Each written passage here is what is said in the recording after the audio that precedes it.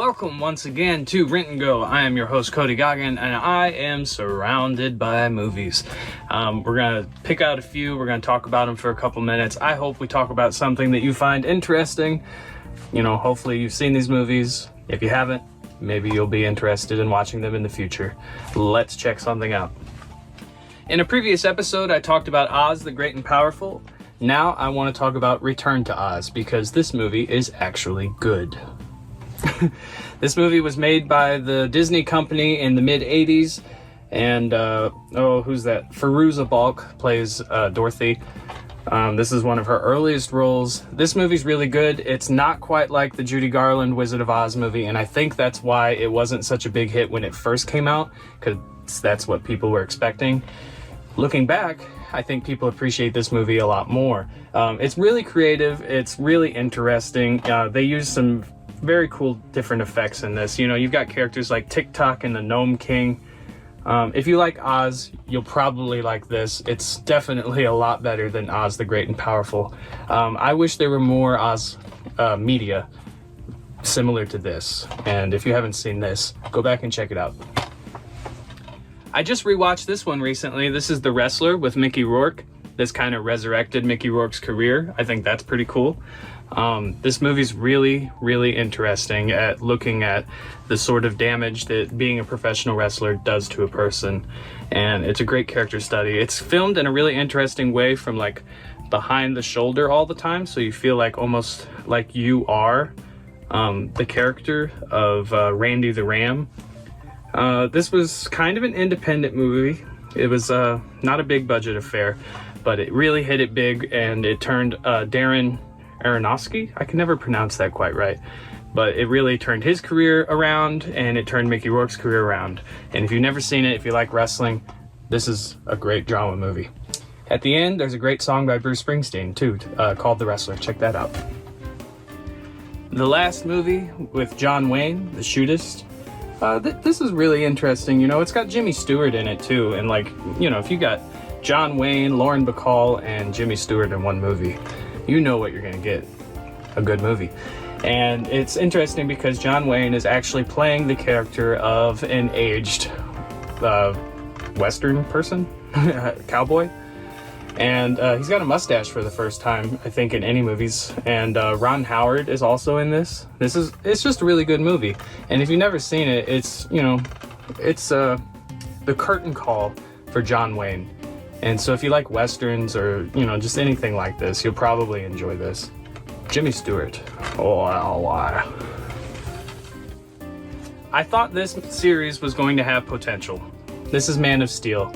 I remember going to see this in theaters, being very excited about it, kind of expecting something along the lines of the Nolan Batman movies. Zack Snyder, I loved Watchmen. I thought this was going to be a little different than it was. I still liked this movie. I did. I really enjoyed it. I remember my family kind of complaining that it was too action-packed. There was too many buildings blowing up and not enough story going on. In hindsight, watching it over and over again, I can see that too. And of course, as we know, Batman vs. Superman and Justice League were more of that, and I did not like them at all. I really did not like them. I thought this was going to be the start of something a lot different than it was, and I wish it would have lived up a little differently. It's just, there's something about the Superman character that's got to be portrayed a certain way. It's got to exist in a certain world, and I'm afraid this isn't it.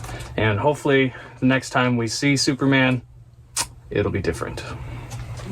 This is Rambo, Last Blood, the most recent Rambo movie, though I guess not, you know, not for sure the last Rambo movie, because you just never know. I think this movie, you know, it was okay, but Rambo 4 was so powerful, I think. And at the end, you see John Rambo going home. He's heading down the long road with that old song from the First Blood movie. And it's like he's going home. I think that's the way you want to end that story. And this movie almost is just unnecessary. And it tries to give you another big ending like that, but it's a little forced. And I wanted to like this movie more than I do. I'm glad it happened because I love Sylvester Stallone and I love anything he does. I love Rambo. I love action movies. But this was unnecessary. This movie, however, was necessary. This is Rocky Balboa, and let's see. Oh, here it is. Okay, right here. Oh, I'm knocking things over. Creed. Now, after Rocky Balboa, it's kind of like the fourth Rambo situation where you've got the character in a place where you probably don't need to come back to him ever again. But then you get the Creed movies. You get Creed and you get Creed 2. And Sylvester Stallone is nominated, and I think he won for the second one for Best Supporting Actor. Now that's something that Sylvester Stallone has not exactly done a lot of, is winning awards, unless they're Razzie Awards for like worst performance.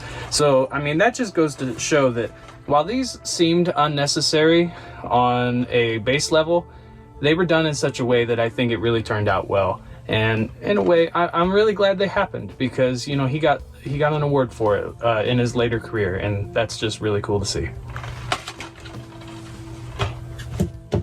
Kudos to Michael B. Jordan in those movies too. Heck of an actor. I don't know anybody that wasn't crushed when Robin Williams passed away. And this is one of my favorite Robin Williams movies, Bicentennial Man. I used to watch this movie as a kid. After my grandfather passed away, I kind of like had this fear of death. And somehow watching this robot become human and passing away made that more comfortable for me. And it's just a great movie. It's hilarious, and it's sad, and it's powerful. And man, I miss Robin Williams, and I guess, you know, I always will, because there's just nobody quite like him. They could capture tragedy and comedy so exquisitely. So, Bicentennial Man. I'm going to take the opportunity for this last one to talk about something that maybe not a lot of people know about, at least not a lot of people that I know about. This is SCTV. I started buying these at Dollar General because they just showed up and were on sale, and I had no idea what they were, but I was a big fan of John Candy, and of course, that's John Candy right there. He's in this. What this basically is like a smaller, sort of indie version of Saturday Night Live, and they do all these comedy skits, and it's got a lot of people in it. I think Rick Moranis is in it. Let's see. Oh, it says down here. Eugene Levy's in it. Rick Moranis, John Candy, of course, and it's funny, and it's interesting to see where all these guys and girls got their starts in their career, and it's, you know, something that I just didn't even know existed. And that's what's cool about the cheap DVD bins at Dollar General sometimes, is you discover stuff like SCTV. So that's going to be it for today's episode of Rent and Go. My name is Cody Goggin. I hope you'll like this video and subscribe if you're watching on YouTube, and we'll catch you again next time. Thanks for watching.